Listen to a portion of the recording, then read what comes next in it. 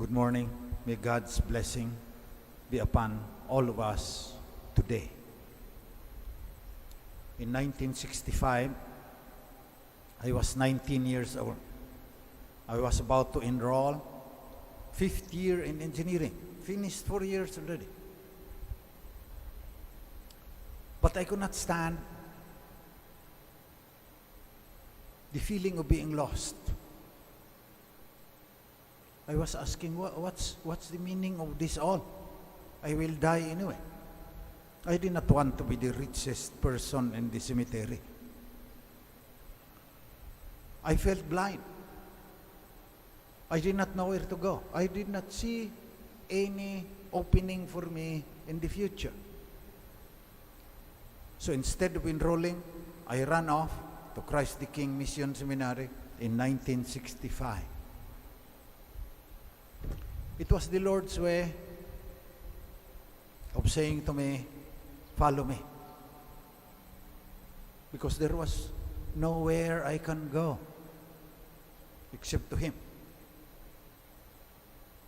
I was ordained in 1973. Will be 50 years priest next year.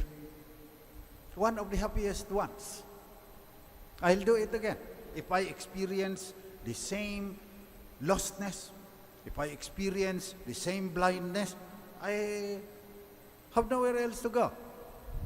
That was His way, Christ's way of saying to me, follow me. And that's why Amazing Grace is still very meaningful to me. I once was lost, and now I'm found, was blind, and now I see. You have to be overwhelmed by the feeling of being lost.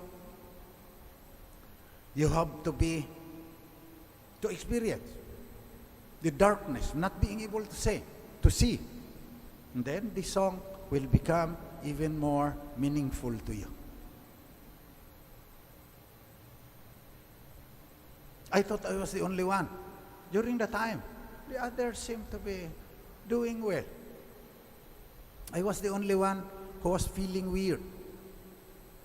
Now, that feeling of being lost, that feeling of being blind, it's felt by a lot of young people. That's why I'm calling on everyone today to pray for the young people, that in many ways, God is calling them, follow me. They will also find salvation from the lostness, from the blindness. I follow global surveys on young people, what their values are. There's even a book by World Vision. The title is Connected But Alone. Thousands of young people all over the world were interviewed. Connected but alone. They're very good in social media. They have a lot of social media platforms. They're very good in apps, downloading apps. But many of them feel lost. Many of them feel they are blind. According to the survey. And listening to their confession,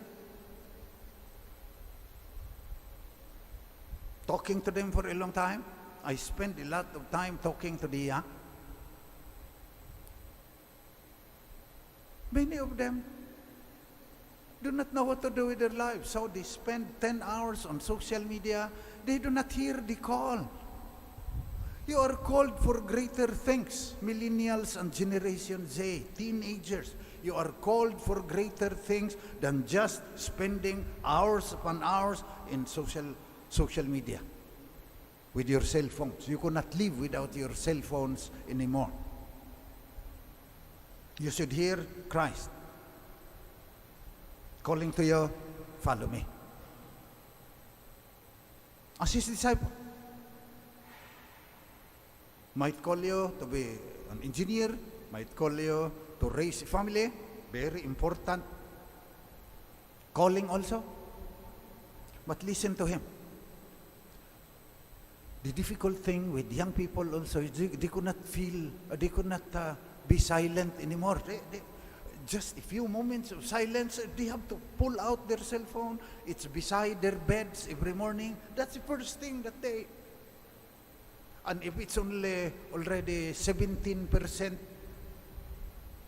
charged, they feel nervous already. They could not hear God calling to them, Christ calling to them, follow me. And that is why I would like you to help me pray for these young people, your children, your young children, your grandchildren. They are having a hard time because of the kind of world that we have today.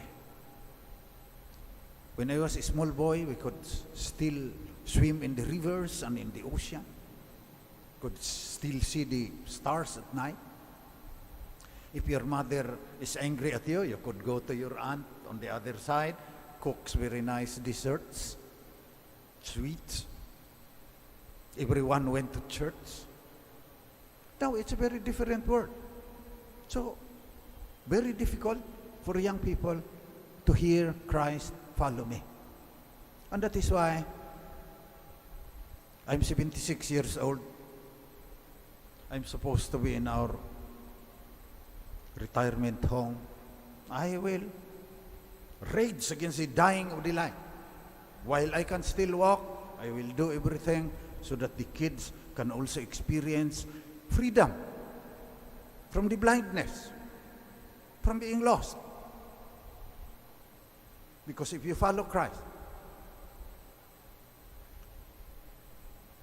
there will be times when you will be overwhelmed with joy. Once you are freed from your being lost and from your blindness, there are times, but life will still be hard, but there are times you are praying or you're just communing with nature that you are taken up to the clouds with happiness, that there is a God, that He made the galaxies and the stars. Nakakaawa yung young people if they do not experience this kind of joy. If all the experience would be the happiness that there were many people who liked their post of what they had for breakfast in the morning, that's all. You were born for greater things, young people. To experience this joy, to experience the consolation. When you have problems, you just kneel down there and as if the Lord will take away the load on your shoulders. You cannot experience that if you do not follow Him. The consolation when you are burdened with problems. The strength to go on. Many young people, because they are lost and they are blind, they want to end their lives. That's very strange to me. Grade 8, and already they are slashing themselves to take away the pain of being lost, to take away the pain of being blind. Now they do it on their thighs so that their parents cannot see it. Strength. Because life is difficult. Where shall you find strength? Science cannot deal with death. Science cannot deal with your being lost. And especially light, joy, consolation, strength, light in the darkness, just like St. John of the Crossing. Everything was dark, but there was a light shining in my heart. In the midst of the darkness of the pandemic, in the midst of the darkness of economic disruption, in the midst of the darkness of the war in Ukraine, in the midst of the darkness of climate change and the disasters that are coming, we need to follow Christ, to hear His call. Follow me. Then we will see the light. And in spite of the sham and the drudgery and the broken dreams of this world, we can still say, Amazing grace.